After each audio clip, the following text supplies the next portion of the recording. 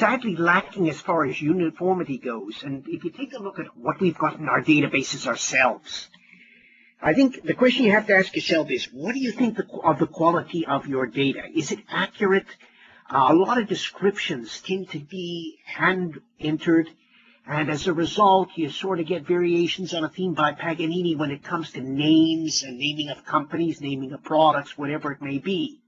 All right? And this is the thing that sort of got me going on it because of the fact, and I'll show you in a couple of slides now, when you start incorporating factors like product names and manufacturer names into your OLAP cubes, when it comes to summing things up, if the names aren't correct, you're going to get 2 or 3 entries within your cube for the same company. Therefore, your figures, your summations are not actually accurate.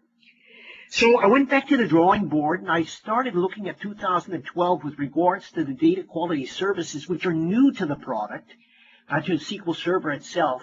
And I'll tell you, I got stuck in there. I was mesmerized by what actually went on with the product and the advances that they have basically made since the services that came with 2008. But data quality services is a totally new product to the Microsoft line. And I think if you have a chance to play with it and you see it yourself and you can start working with your own data on it, I think you're going to really find that it's going to help you, and you'll probably come to the end of the exercise saying to the conclusion, I don't know how we live without it. All right. Now, if I can just get in here. Right. As Sheldon said, I work for Atrium Networking Corporation in Providence, Rhode Island. I'm the chair of the Oracle SQL Server Virtual Chapter, past regional mentor for virtual chapters, and my website is infogoldusa.com. Right. Just a little bit of advertising. Atrium Networking, we do service monitoring solutions, hardware solutions, and other software solutions, and we're at atrium.net. I always hate these little adverts that have to go in. All right. Now, going back a couple of months, back to the business challenge that I faced, all right? I looked at the data that we had up in My Web Grocer, and we had products, etc., and manufacturers. At that particular point, we were in the web grocery business, or I was in the web grocery business, and, selling things online, Peapod for those of you who have lived in the East, that type of thing, and selling the information through to customers, etc. Now, the products and manufacturers and the descriptions can be added to the database in many ways if you're going to do this manually. And at the end of the day, you've got a point of entry somewhere along the line. And unfortunately, with the point of entry, sorry about that, with the point of entry being always the weakest point, you tend to find all sorts of variations that come into it and make your data a little bit less reliable. All right? It leaves the descriptions as unreliable, as I just mentioned, and especially when you're trying to do things within your query predicate. If you're doing a couple of SQL Server queries and you're trying to put the name of a product within the actual predicate statement, and you don't have it exactly right or include 15 different varieties of the same name, you're not going to pull out the actual results or the total results, whatever it may be, and hence any results that you give to management to make decisions on is totally inaccurate, and we know that we really want to try and shy away from that type of thing. Now, with SQL Server 2008, we had the data profiling tests. I don't know if any of you ever played with those things, but they were actually quite cool, but unfortunately, they had really no intelligent solutions to give you. What they would do is they would detect anomalies, but the problem was that they were never able to correct the actual results or give you the potential to correct the results, to modify your database tables, which I'm going to show you towards the end of the presentation. So Microsoft really went leaps and bounds in this particular version of 2012. And I'm looking actually at the CTP of 2014 now, and I'm trying to do some of this stuff in 2014, and it seems to be really operating really cool. So that's actually a good sign. All right.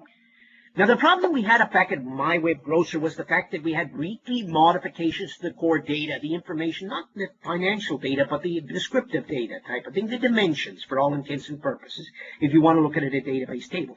So the problem that I had was that if I went into the table and I tried to fix the table and say Coca-Cola was spelled with a K, both were Coca-Cola were spelled with a K by some silly bugger, and I went and I fixed it, by the end of the week, when they did the weekly updates, Coca-Cola was back with 2 Ks. And it was really a major problem because of the fact that we had weekly refreshers on the data. Right. So we needed another solution, and we'll see how this solution is as I go into the practical demo on it. We'll see how these solutions actually can help us with these weekly refreshes.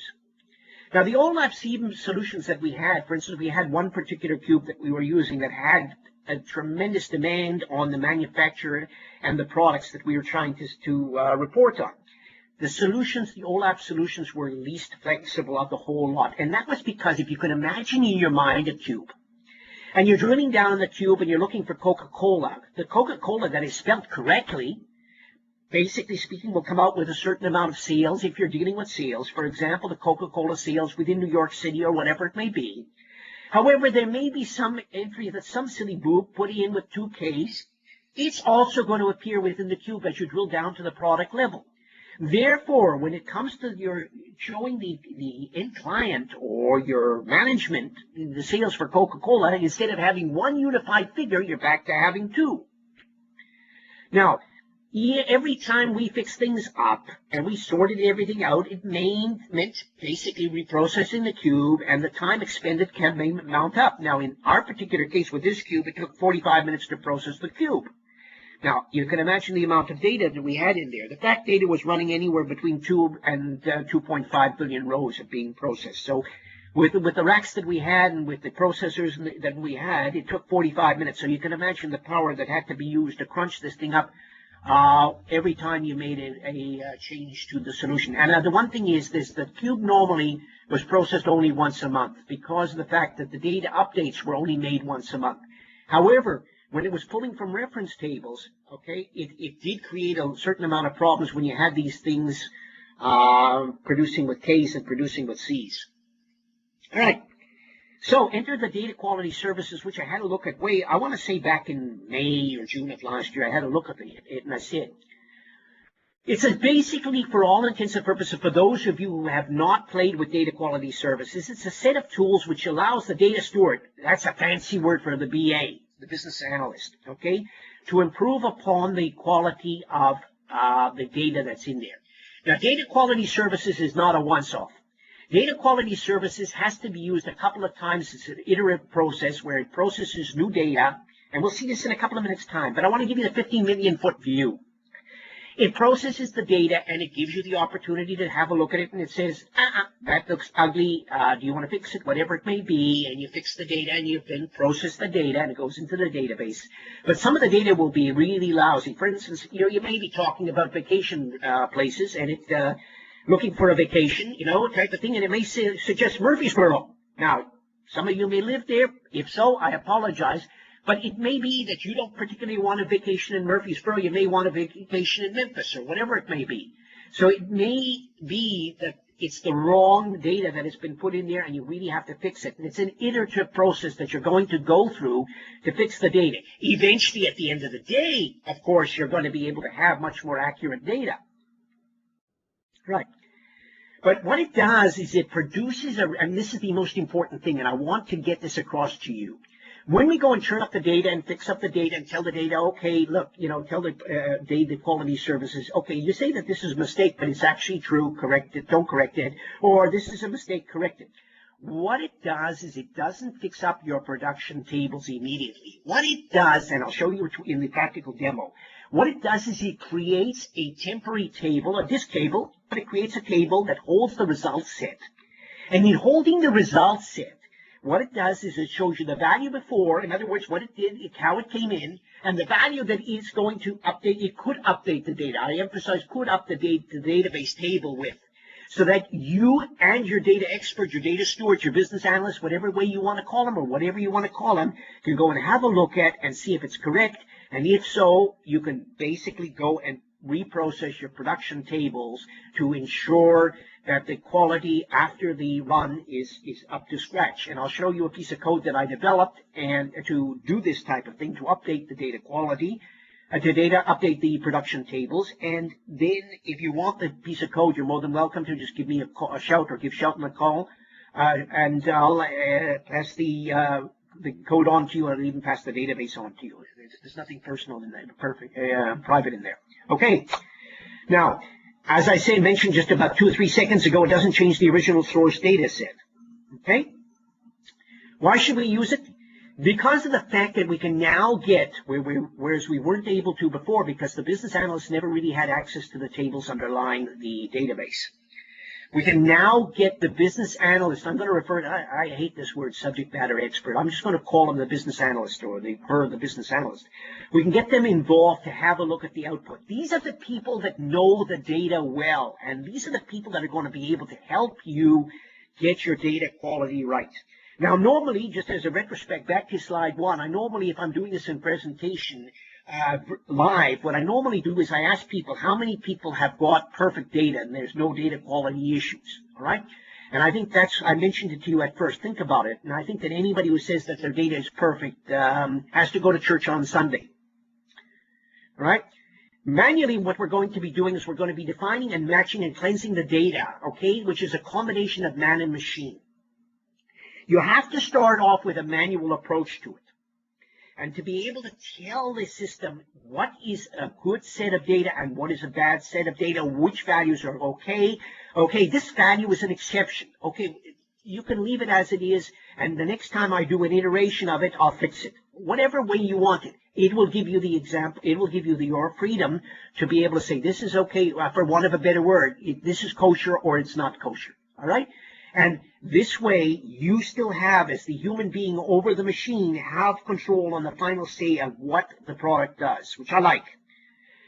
How does the computer basically does all the cleansing of your data? How?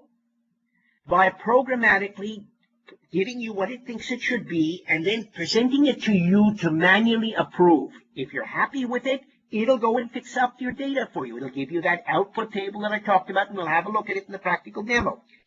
It will then allow you to choose, basically speaking, to have it fix it, the computer fix it, or you can fix it yourself manually, as we'll see in some of the data. All right? All right. The beautiful part is that it can integrate with third-party data. Now, we won't be talking about that because I haven't got connections through to be able to show you this, but, I'll give you an example of where you could get it. If you have Brady's Diary, global business contacts and stuff like that, and you want to incorporate it into your table to double-check addresses and telephone numbers and the like and everything else like that type of thing can be incorporated into it. They're still doing a lot of work on the product, okay?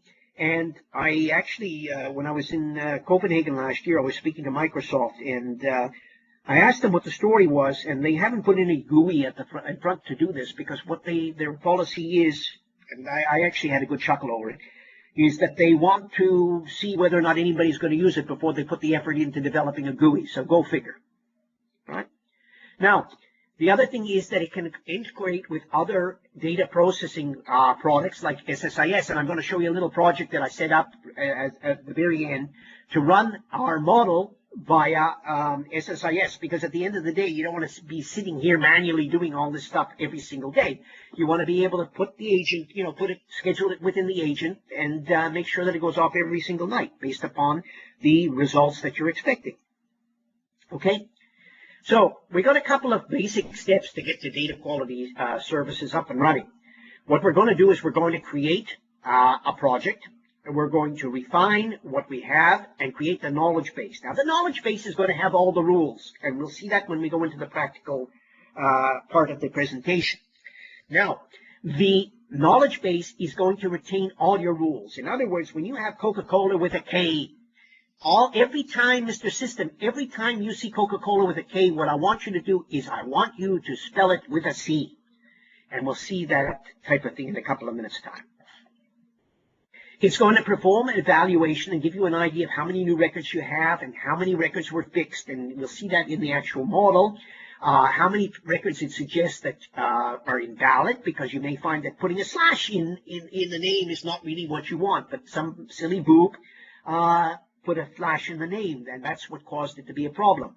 Or, once again, if you spelled Coca-Cola Pepsi, you certainly want to know about that, and you want to, basically speaking, have the business analyst go and look at it. So we mark all those records that we want the business analyst to go and have a look at. We mark them as being invalid and let them go and have a look at the invalid table and fix them up, and then the cycle starts again. And I'll explain that a bit further later on. It'll generate output, and the output goes back to a table, staging table, and we'll have that look at that, and you'll see I'm going to show you what it looked like before and what it looked like afterwards. All right? Now, there are 3 or 4 components to it. There's the server, there's the client, which we'll have a look at, and we'll be working with the client. All right? There's the main activities within the client. We're going to work on the left. You'll see that it says knowledge-based management. What we're going to do is we're going to start fresh from scratch, and we're going to create a knowledge base, and we're going to train the system as to what values we want it to remember. And then based upon that, what we'll do is we'll do an actual cleansing product, which is the data quality project in the middle. We won't actually touch the administration today due to lack of time. Okay. Another thing that we want to do is we want to basically, speaking the reasons we want to use data quality services, I'm just going to touch over this slightly because I want to get into the practical demo, is the completeness. These are important factors that you have to have in order to be able to work with data quality services, and I'll show you a couple of examples of where it's not complete in the little practical that we're going to do. Is all the data there? You have to have all the data there. In other words, we need a master list of the various different products that we have or whatever you're going to have, and use that as the gospel. Pardon the word, but the gospel, and that's going to be accepted as correct. Is that what we want to do is we want to find out in conformity, or do we care whether Coca-Cola is spelled with a C, a big C, or a baby C, whatever it may be? That may be something that involves, thinking about prior to actually creating your project. That consistency, do the values have the same meaning, all right?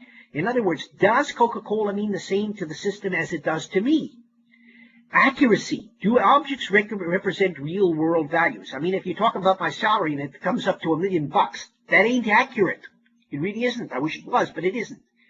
And then valid, I think validity, also the same type of thing. Are the values valid? In other words, are they really real?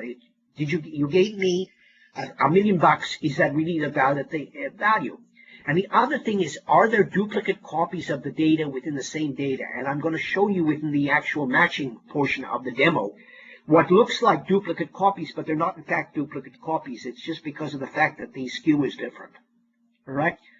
Now this comes courtesy of Elad Ziklik. This was his concept of the whole object, the whole data quality services phenomena. As you can see, there's down in the bottom left-hand corner is what I want to emphasize is the future client. And they say if we use it a lot, they'll put a client in. Go figure. All right? And there's a lot of other funky things that you'll see as we go on. But this gives you an overall view of what what is actually involved in it. Now, when we do the creation of the model, if you look at the top where it says Azure Marketplace there, these are types of things where you can get reference data brought in from foreign, from the cloud. I haven't actually tried it myself. I don't have cloud connections, neither do I have the bucks to pay for it. There's an engine in the background that basically speaking processes the data, it cleanses it, it matches it, etc. This is the overall picture. It's actually a picture's worth 1,000 words. Okay. Now, in requirements, to be able to play with it, for SQL Server, you either need an enterprise version or you need a BI version. Okay. You must run the installation process first and after you're installed. And actually now with later versions of 2012, it comes in itself. And Master Data Services, you've got to do integration if you're going to use Master Data Services, because the two of them actually do interface, right? Installing the server portion, all right? What you do is you have the installer that comes in there. This is actually Windows 7, all right? And Windows 8 is obviously a nightmare. Basically all you have to do is run the installer. It's very self-explanatory. It comes in automatically and you're good to go. After the installation, within SSMS, and this after having installed DQS portion of the application, you get a few new databases. You'll find in there that there's a couple of new roles, all right, in a database that it's installed on there called DQS main. You must leave that alone. It's great. You, as a person who installed it, will be made one of the administrators. You have the rights over all the database, that particular database. It's basically carte blanche. All right. There is no API, as I said to you, so you have to work within the native client, at least at the present. Great. Now, being a single write system, this is a major thing. The problem is that the knowledge base is locked in when you're using it and others can't use it. They're talking about making it multi-purpose, but what you can do is you can get Bob to create his own, and you can, basically speaking, you can work on your own particular knowledge base, and you can merge them after a while. Complex things you should really split up, and we can talk about this a little bit later, and you can import them later, and that's again the story with Bob and Jill, or who are working on various different portions of the system. Each has his own knowledge base, and you can bring it, you can, basically speaking, go and amalgamate them at the end. All right. Each person creates their own entities and their own domains, and this will all come together in the practical, and the pieces can be imported. Meanwhile, back at the ranch. Okay, here is an example of the data that I had to deal with. Nothing confidential. Some of the stuff has been changed. Now, this is an example. If you take a look at the manufacturer, look at how many ways Kellogg's has been spelled.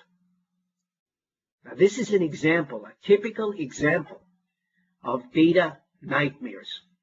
Okay, you got sales company, you got sales co, you got Kellogg's with an apostrophe, Kellogg's with an ordinary S, Kellogg's USA, the whole 9 yards. You got every single combination of spelling that you can think of. And this, obviously, when you pass this through a cube, is going to give you more results than you want, and obviously each one is less accurate. Okay. Cleansing issues. Are there issues, problems here? For instance, within Excel, I took some various different master lists out to try and have a look at them. Are there duplicates there? These are the types of things that you can find. For instance, raspberry yogurt and vanilla yogurt. Are they to be considered? These are questions you got to ask yourself. Are they the same product, but just the different flavors? Literally, very punny. Are they different flavors of the same product? And in our case, they are different products, so we have to leave them there. However, you get all sorts of dirty data in there that's got to be cleansed at first. Okay? Now I want to get down to the demo, and I'm sorry if I rushed through this. I want to, basically speaking, get through the demo and show you exactly how you can put this through the wheels. Okay? All right. Here we are. Like everything else, Murphy's Law states that if anything goes wrong, it will in a practical demo. So I've got old Nashville 0 here in case I need it. But what we're going to do is, as I showed you, this is the platform that you're going to get development on. What we're going to do is we're going to start from scratch, and what I'm going to do is create a new knowledge base. Once again, the knowledge base is where we are going to tell the system, these are our products, this is what we want to do with them. Some of them are good, some of them are bad. The important thing is we need to give it a master list. All right, so I'm going to open it up, and I'm going to give it a name, and we'll call it Nashville 1. Correctly, and we can give it a description. You don't necessarily have to, but I'm going to call it our demo. Okay, now if you have a base to start with, in other words, you have some predictions from before that you want to base it upon, almost like object-oriented programming. For you, the people that have done OOP, you can base your new object, okay, on a pre-existing object, and the same thing here. But for our demo, I really want to start from new to show you how easy this thing is to knock together. Right? Now, the activity that we're doing right down here at 5 o'clock is domain management. What we're going to do is we're going to create a domain. What's a domain? A fancy word for an entity. Okay. So I'm going to click Next, and it gives me a blank screen. Now, what I'm going to do over here is create an entity. And I'm going to call the entity manufacturer, spelled correctly. Right, and I could give it a description if I want. You can have it as a string, which I want it as a string, but you can also bring in data that's decimal, whatever it may be, integer, etc. Okay? Now, native language English, enable the speller. Yeah, that's fine. Everything looks okay. I think it's good. You put the description if you want. Let's call it our test or demo domain. And we'll say OK. Now that we've created manufacturer, and here's where the kicker comes. Here's where the kicker comes. We have 5 various different tabs over here. We'll be touching the domain, we've just said. Reference data we won't be touching. Those are those are pieces of data that we get from the cloud. But we have 3 other tabs: the domain rules, the domain values, and the term-based relations. And we'll be discussing each of these in the next couple of minutes. The first thing that I need to do is I need to get some basic values in. So what I'm going to do is I'm going to import some values. Now here's the kicker. This got me because I'll tell you what, I had to kill myself laughing on this one. Guess what? You cannot import your data from a SQL Server table. It has to come in from an Excel spreadsheet. You don't believe me? Here's the thing. There. You've got one option to import from an Excel spreadsheet. Go figure. Now, here's the kicker. Here is my spreadsheet, okay, and I've got manufacturer as the title, so I've got a top line, which is a header. And I have what I believe, for this demo purposes, is a master list of all my manufacturers that my organization deals with. Okay? So this is, pardon the expression, this is the gospel according to our business rules. Now, I recently installed Office 2013. This is SQL Server 2012. Prior to that, I had 2010 installed. And it does not like, when you import the data, it does not like the Excel spreadsheet in anything above 2003. And it'll moan. So this is what I believe Microsoft calls an enhancement. It's a feature that you cannot use their later versions of Excel. As I said, go figure. So what I'm going to do is I'm just going to close this because it doesn't enjoy trying to load from 2 places. If I can just close that. Okay. And I'm going to go in and I'm going to import the value over here. I'll do it very slowly. And I'm going to browse to my spreadsheet. And I see that this is my spreadsheet. I created it today. And I'm going to use it. And I have a header in the first row. And I'm going to use, that's right, yes, okay. And I'm going to take the first spreadsheet, first worksheet, and I'm going to click OK, right. And you can see that I've imported a lot of manufacturers. Now, if I go down the manufacturers, I see, okay, Allied, Hammerfit, whatever it may be, and down, okay. Okay, here's Avery. Avery, I've got 2, and that comes from my master spreadsheet. The question becomes, do I want to keep them the same, keep them as individual ones, or keep them the same, keep them individually or make them the same?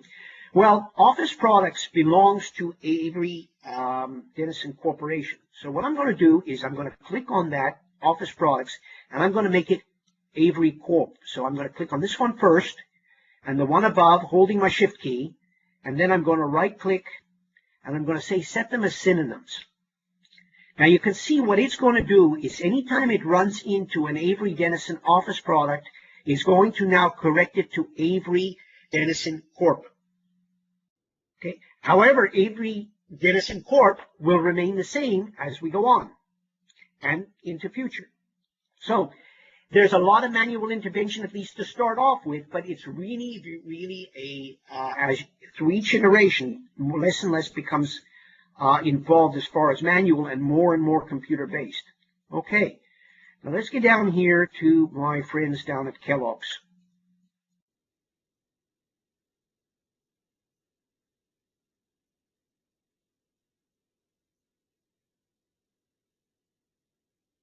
All right.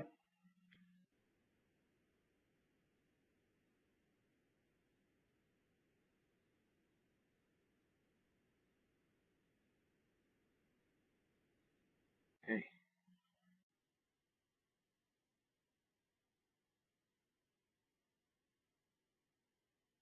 All right. Now, from I deliberately left this in the cube. Sorry, in the actual DQS from prior learning. I wanted to show you this. What it has learned is it has learned to a certain extent that these two variations on Kellogg's really should correspond to this particular version here. So it's already learned that if it gets a flavor something similar to this, which has got a comma in it, okay, it must correct it to Kellogg USA Inc. So what I'm going to do is I'm going to I'm going to select this, and I'm going to go up to here, and I'm going to try and set these as synonyms. Okay, this one can't be done. Okay, let's do this one here, and up to here, and see if we can get them to settle. Oh, okay, it doesn't like it. But you get the rough idea because there's a leading value in here. Now, let me just explain this easily enough. I think you get the rough idea what's going on here. One particular value, that Kellogg's USA with the increase that you saw in there, was the major value. So you can't go and change it back and change it to something else, which is Kellogg's USA Inc., which is right over here. All right? So if I do this one here, and I do a control, I'm with my control key, I control that, and I go to here, and I set it as a synonym. You can see that where I've highlighted it, it has come down, that this one value here is assigned to this flavor of Kellogg's. You've got one master. Let me step back a minute and make this clear because it's often difficult over the web. One value is set within your spreadsheet that you fed in, that it's going to be the gospel, pardon the pun. And anytime you try and change it to something else, it will say, no, you can't, because it's leading value. It is the value that is accepted as the table of references. So you cannot touch that one, that particular example. But you can see how I've been able to change all the other various different flavors of Kellogg's spelling that you can see there, and get them to be corrected the next time I go and process the data. And I think this is the important thing that I was trying to get at. Okay, now that I've got the data in there, what I want to do is I want to create a couple of term relationships. What are term-based relationships? I'll tell you what they are. Anytime you see the word CO, full stop, period, that means company to a lot of us. But I hate the word CO. Full stop. What I want to do is anytime it sees a CO with a period, what I want to do is I want to change it to company. So I'm going to create a rule that every time I see CO, I'm going to change it to company. Now, that's throughout all the records that we're going to process. I'm going to get another one. Another one is GmbH. How many times have we seen that? Well, I don't like it that way. I want to call it Gesellschaft mit beschränkter Haftung. So I'm going to copy that, and I'm going to put it in here. Okay? Oh, yeah, there's another one. For us who have lived in Europe, in Britain or any of the Commonwealth countries, we tend to use the word KOI for company. I don't like that either because we live in the States. So what I want to do is I want to change this to company. All right? So you get the idea. These are global rules. You can go change them anything you want. And if something comes in and it's cockamamie spelling, you can, every time you want to get it changed, you know, every instance that is picked up can be changed by this term-based relationship. And this will apply all over the whole time, as long as you're using this particular model. So it's not all set yet. What I've got to do is I've got to apply the changes. So I apply the changes. All right? And would I like to publish them? Yes, I want to publish them, please. Okay. So those are the term-based relationships. In other words, affecting every single record. Okay. A domain rule. I want to put in a domain rule as well. Now, in this particular domain rule, what I'm going to do is I'm going to say, I'm going to create a rule, and this rule is going to be no slash. What does it mean? if the manufacturer has got a slash in his name, I'm just thinking of a slash for, just to make things easy for you so you can see it immediately when we go and process the data.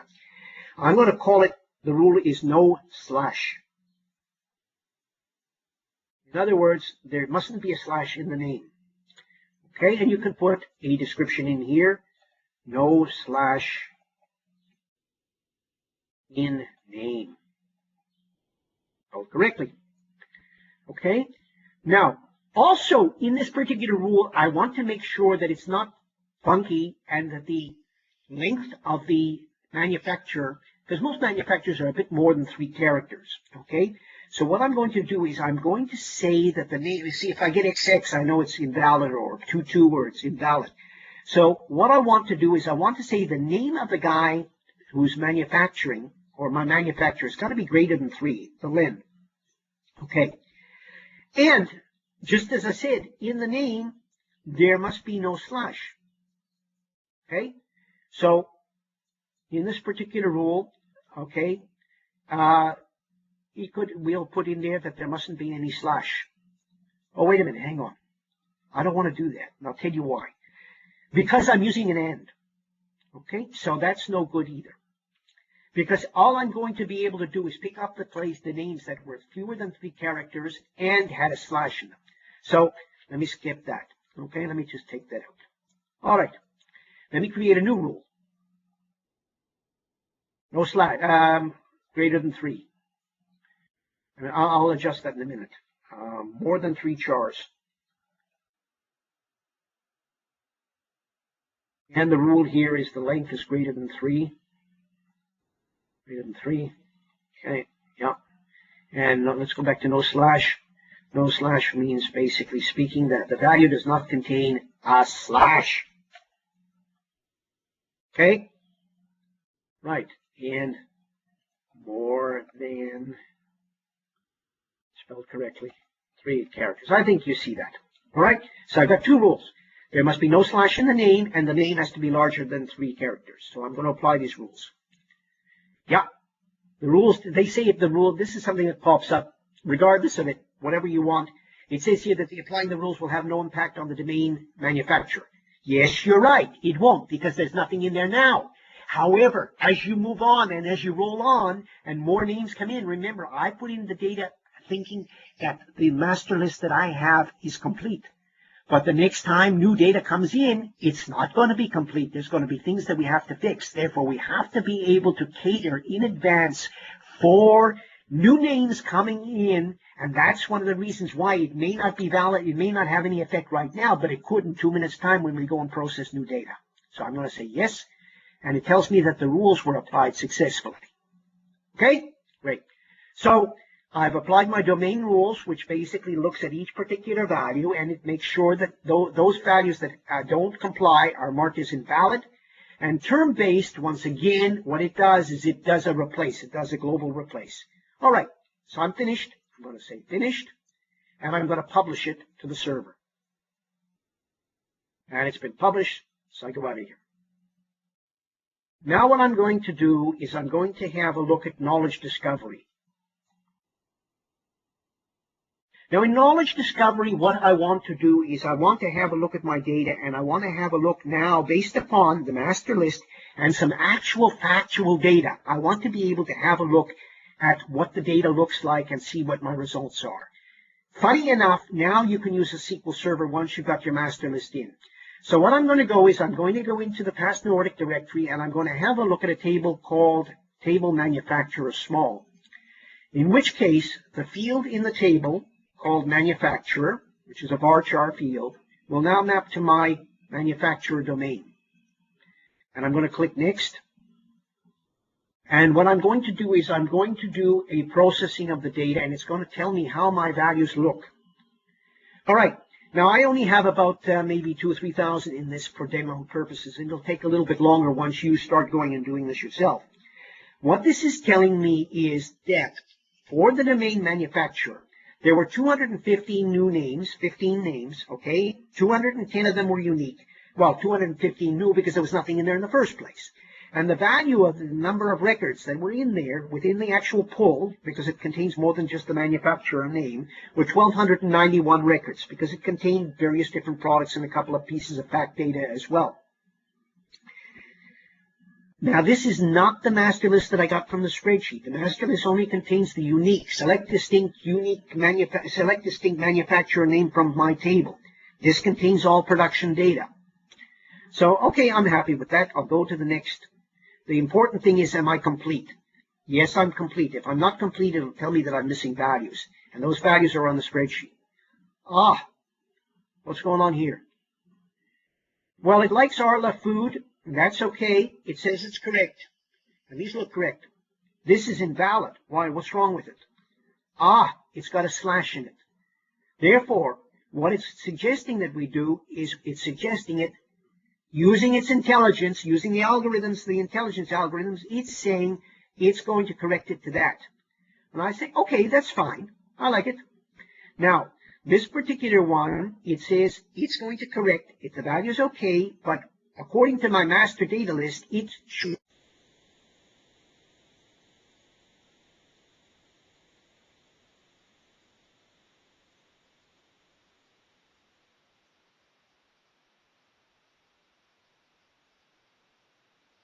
And so on, it goes down here. Down here, over here, this is wrong. The reason that this one is wrong is because of the fact that there's an extra space in here, and it should be, it's recommending that we correct it to this, which is again from the master list. Church and Dwight, Arm and Hammer is invalid because of the fact that it's got a slash in it. That's what we did, etc. I think you get the idea. All right? So, that having been said, what we do is we click Finish, because we're happy with it. What it's done is there are 38 records in this particular case that are correct. There were 5 errors that it's types of errors, and this is grouping it, that it fixes, and invalid, there were 8 with slashes in there. Yes, I want to publish it, and we're out. Now, the next thing we want to do is we want to have a look at the matching policy to see the stats, how much matched, and how much didn't match against the new data set. In other words, not the master set in the spreadsheet, but the table that we have. The table, that small manufacturing table.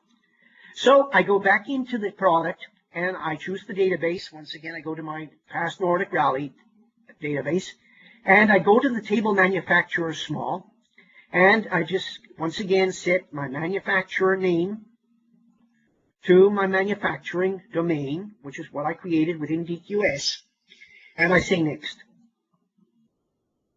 And what you have to do is you have to set up a rule now. In this rule is relying, if you were to, for example, use manufacturer and the products that they manufacture, which we're not going to do in this particular case because of the time constraints, what we're going to do is we're going to set up a rule, a matching rule, we'll call manufacturer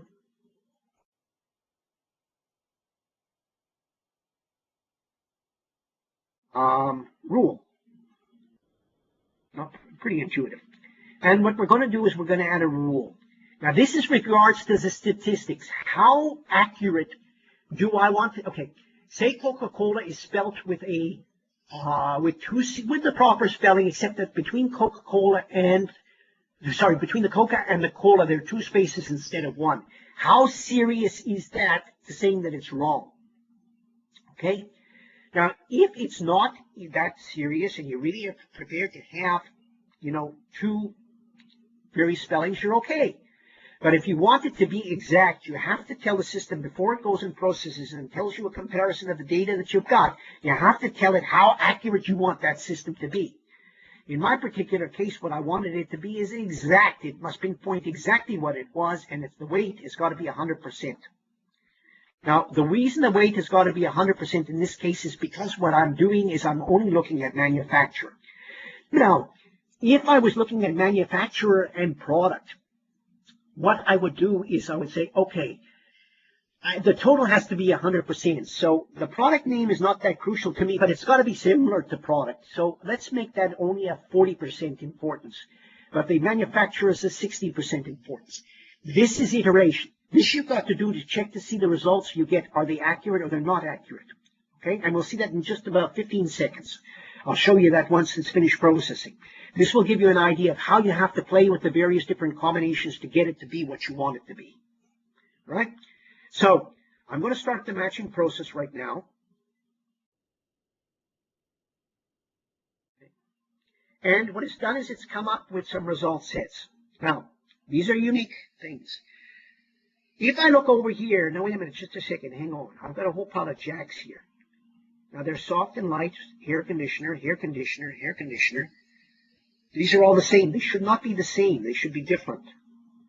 Ah, the UPCs, the barcodes are different. So this means basically in our industry, in the grocery business, the barcodes means different sizes. Okay, like 20 ounces or 32 ounces or whatever you want. So these are actually, in fact, different products. So that's okay. Now, these are matched. In other words, they match. There's a match between what is in the master list from the spreadsheet and what's in the table. You can have a look at what's unmatched. In other words, that are problematic data that we have to go and look at. And what it does is it picks up a whole pile of errors. And there's problems in here probably because of the slash. Jim Beam was not in the spreadsheet. I know that for a fact. Kraft Foods Confections was probably not in the spreadsheet as well, and Maybelline is in the spreadsheet. I don't know what the problem is, but it did not like it. So these are things that we want to get the business analyst, the data steward, to have a look at and see if he can come to some kind of conclusions on it. Okay? Right. Moving on. All right. So there were 210 values that were unique. I'm complete. I've got all the products that I need. Nothing's missing, etc. And I got a rough idea of what I need, and it looks okay, and I think I can proceed. Obviously, it's an iterative process. I can't keep iterating within a couple of hours because I only really have about an hour to talk to you about this. But I'm more than prepared to take this offline and show you a couple of ways that you can go and change the various different combinations. All right, I'm prepared to publish. I'm happy with what I got. Okay, I'm going on. Now that I've done the research and I've created my knowledge base, and now's the time. Talk is cheap. Money buys the whiskey. So what I'm going to do is get my Jack Daniel out, and I'm going to create a new project. And this is going to clean up my data for me. So I'm going to call it Nashville 1.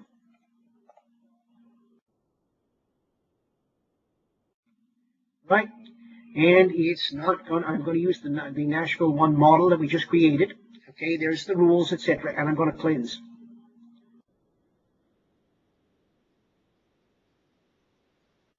All right, once again, I'm going to get the same table because I didn't clean it. All right, small, and it comes in automatically because it's the same model. And I'm going to go next. All right, and I'm going to start the purge. And everything's complete.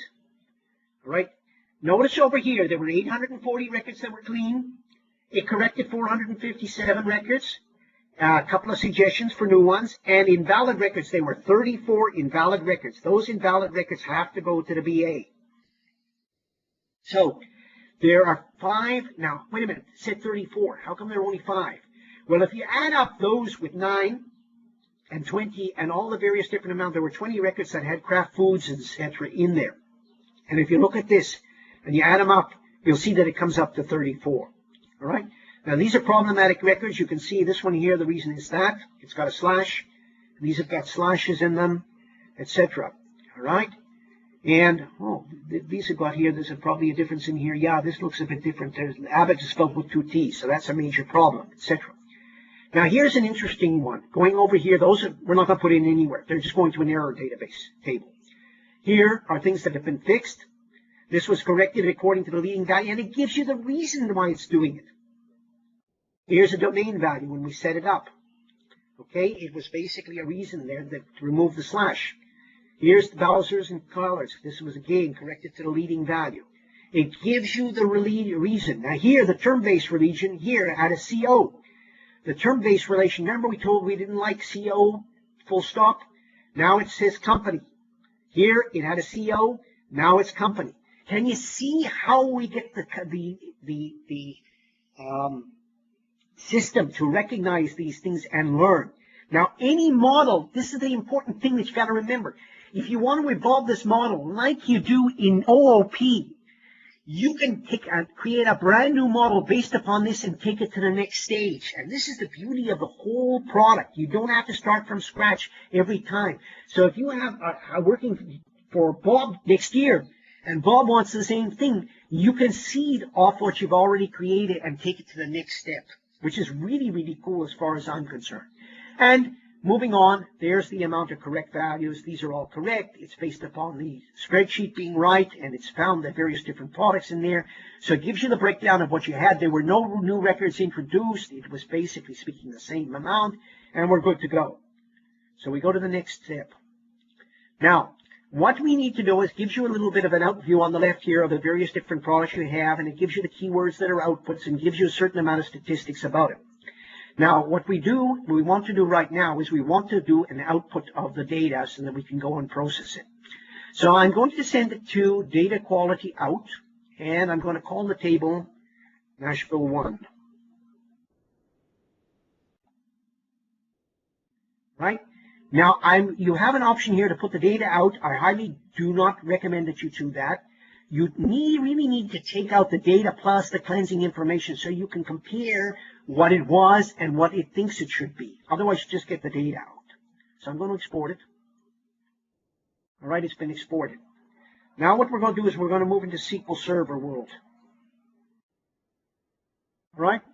Now I'm going to go into the quality out database, which I have here, and I'm going to do a refresh. And here's Nashville 1. Now, if I open up Nashville 1 and show you the first 1,000 records, you'll see the various different pieces of data. But now what we've got is we've got output figures. These are just GUIDs, not GUIDs, just reference data. All right. Now, I want to swing over here to the manufacturer.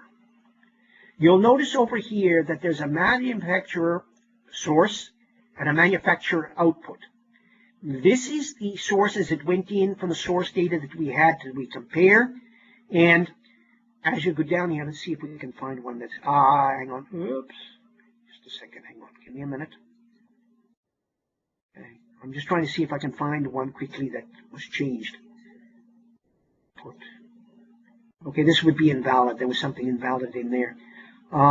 Normally what will happen is it would give you the manufacturer source, and the output is what is changed it to. And this is a domain value that's coming there. Just trying to see if there's anything in there that has been changed. But we'll see that in a couple of minutes' time, those that are corrected. All right. So normally what happens is there may be something invalid in there, whatever it may be. Okay, there is a field over here that tells you what the reason was. Okay, I just want to see if I can find it. It says that this one's correct, which it's not, obviously. Here are some that were corrected. It'll learn. You're going to, with every iteration, you've got to go back and you've got to fix up what wasn't corrected. But here you can see some that were valid, some that were invalid. Now, if I, for example, if I just do a Control R over here and I go Control N, yeah, right, and I push Enter and I go in here where record status, sorry. Score status equals invalid.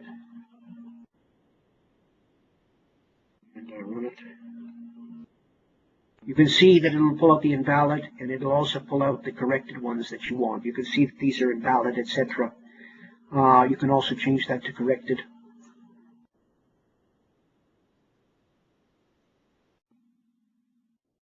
And if I run corrected, there's the corrected ones. And if I run it to correct, those are the correct ones. So I got three different flavors. Okay. Now, what I have right now is I wanted to show you over here. Remember I said to you a couple of minutes ago that what you could do is you could create code to modify your code. To modify, sorry, your table. All right. I put together a query here, which you're more than welcome to have, which runs you can run for in your nightly load, whatever way you want to run it. And what it'll do is it will purge the tables, in my particular case, purge the production tables, and it will split out the result set. So if I just copy this for a minute, and I'm just going to change the table name.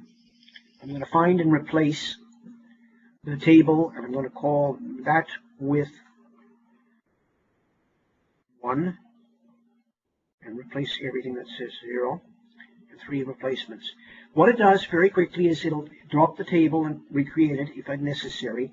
And what I'm doing is I'm going to select everything into a table called New Manufacturer Production, okay, from the production table, which would have been corrected, which is our standard production, okay, place. It's located within the past Nordic Rally. And what it'll do is, first of all, it'll update the records within your manufacturer table based upon what it corrected. Then we come to the second step, because we either have update invalid or we have new.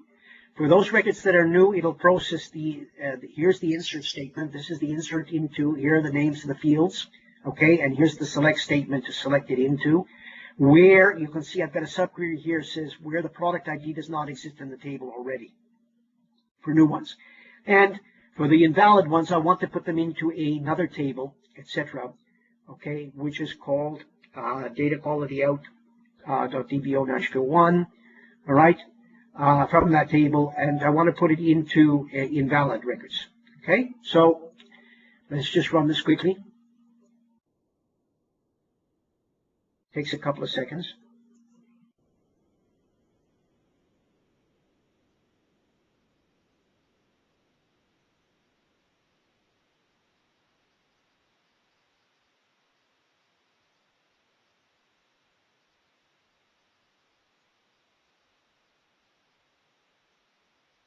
And you can see over here, while it's executing, I won't do anything, but you can see that I have 3 separate tables here so that the BA can go and have a look at it. You can see that it processed 82,000 rows, 292, 989, and 34 rows, and these are the invalid rows.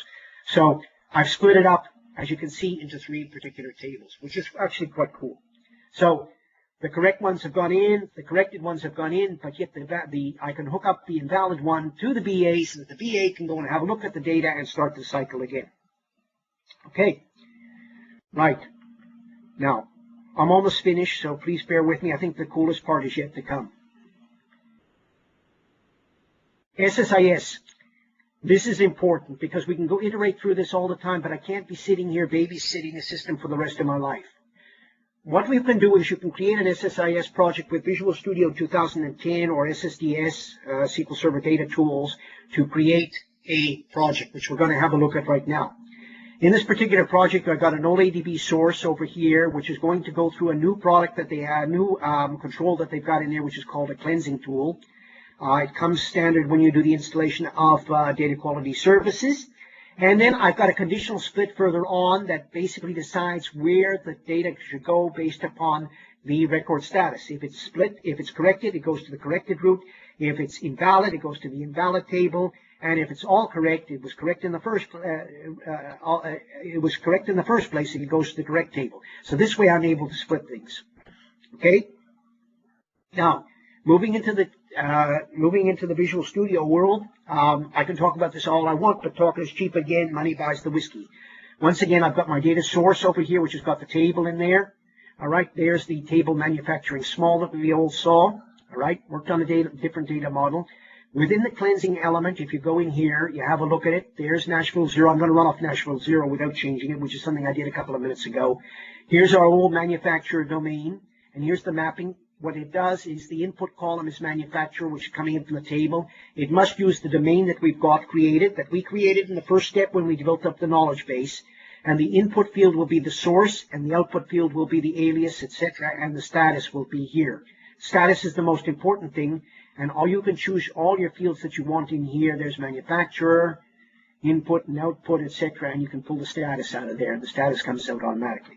So that gives you an idea. And here's your conditional split. All right. Now, it goes the output name, where whatever the output is, invalid, will go where the manufacturer status is invalid. All correct means where it goes correct.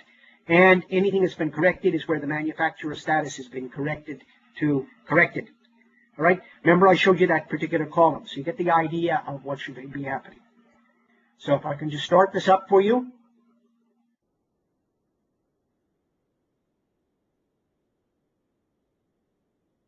All right, it's completed. You can see that everything is completed normally here. It's processed the various different rows. And what you could do then is you can go in and have a look at the tables and see what you wanted to see. Once again, the tables can be, allocated to various different people. The invalid ones would obviously want to go back to the business analyst. And in a future presentation, if you want, I can just show you, but I'm going to tell you right now, the values that the analyst has done can be re-imported into your model so that your model is learned from the fix-ups that the business analyst has done. And I think that that's a very important part of the whole project. So I'm going to stop debugging that and go back to the slides now. And I'm going to wind up. Thanks very much for staying just a couple of minutes more. The data quality can be problematic. We have human problems, and that's really the major problem. DQS, like any mining model, and it is a mining model, is able to learn. And that's the important thing. That learning is really, really cool because the stuff that we had in 2008 really didn't learn anything. All it did was point out things.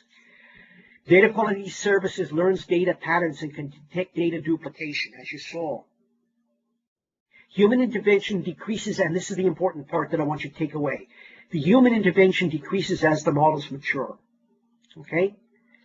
Better quality data reduces data reprocessing, for example, in the queues that I have to reprocess every 2 or 3 days. The knowledge base can be used with SSIS, as I just recently showed you. Okay? You can get this, once you've got your data dictionary or model fixed up perfectly the way you want it, you can now kick it off by the agent every single night or whenever you want to do it. Output. Correct, fantastic, because it corrects problematic data, and the data can be sent to the steward or the VA for validation and verification. All right, you have the before and the after view, which I think is really cool. There's less frustration for the end users and decision makers because they're not seeing 14 different versions of Coca-Cola, which at the end of the day, for all intents and purposes, as far as the model goes and the whole product goes, it boils down to a matter of, efficient utilization of people and troops and the troops around you, etc. And this is really reduces your cost if you have less people mingling in on the data and having to fix the data all the time. But more importantly, really, it's why all of us can definitely benefit from a deep delve into the data quality services. I really swear by this. I'll tell you what, from practicality, I've reduced the labor there when I left from cleaning data. They're still in the learning cycle, but for all intents and purposes, there's not as many mock-ups as there were before. Anyhow, I want to thank you so very much for attending this presentation. I hope you learned something out of it. If there are any questions, I don't know how we can do it. Let me just see. If there are any questions, you want to just change the color of your tab. If not, I'm available. You can get hold of me at steve.simon@sqlpass.org, or you can get hold of me at ssimon@atrion.net. That's ATRION.net, ssimon. And I'd be happy to discuss it with you. It's my baby. It's my rock, my hobby horse. I think this has really got to be the best thing since vanilla ice cream. And I really encourage you to, have a play with it. There's plenty of literature out there on the website. And it's going to make your life a heck of a lot easier. Okay? If there are no further questions, I don't see that there are any questions. I thank you again. And I really want to thank Shelton and all the crowd out there for having me. It's really a pleasure. I have some very good friends that live up in the north part of the state, and Joe Webb is one of I've known him for donkey's years, and I hope he was on the presentation, and I look forward to seeing you again. Thanks very much, everybody.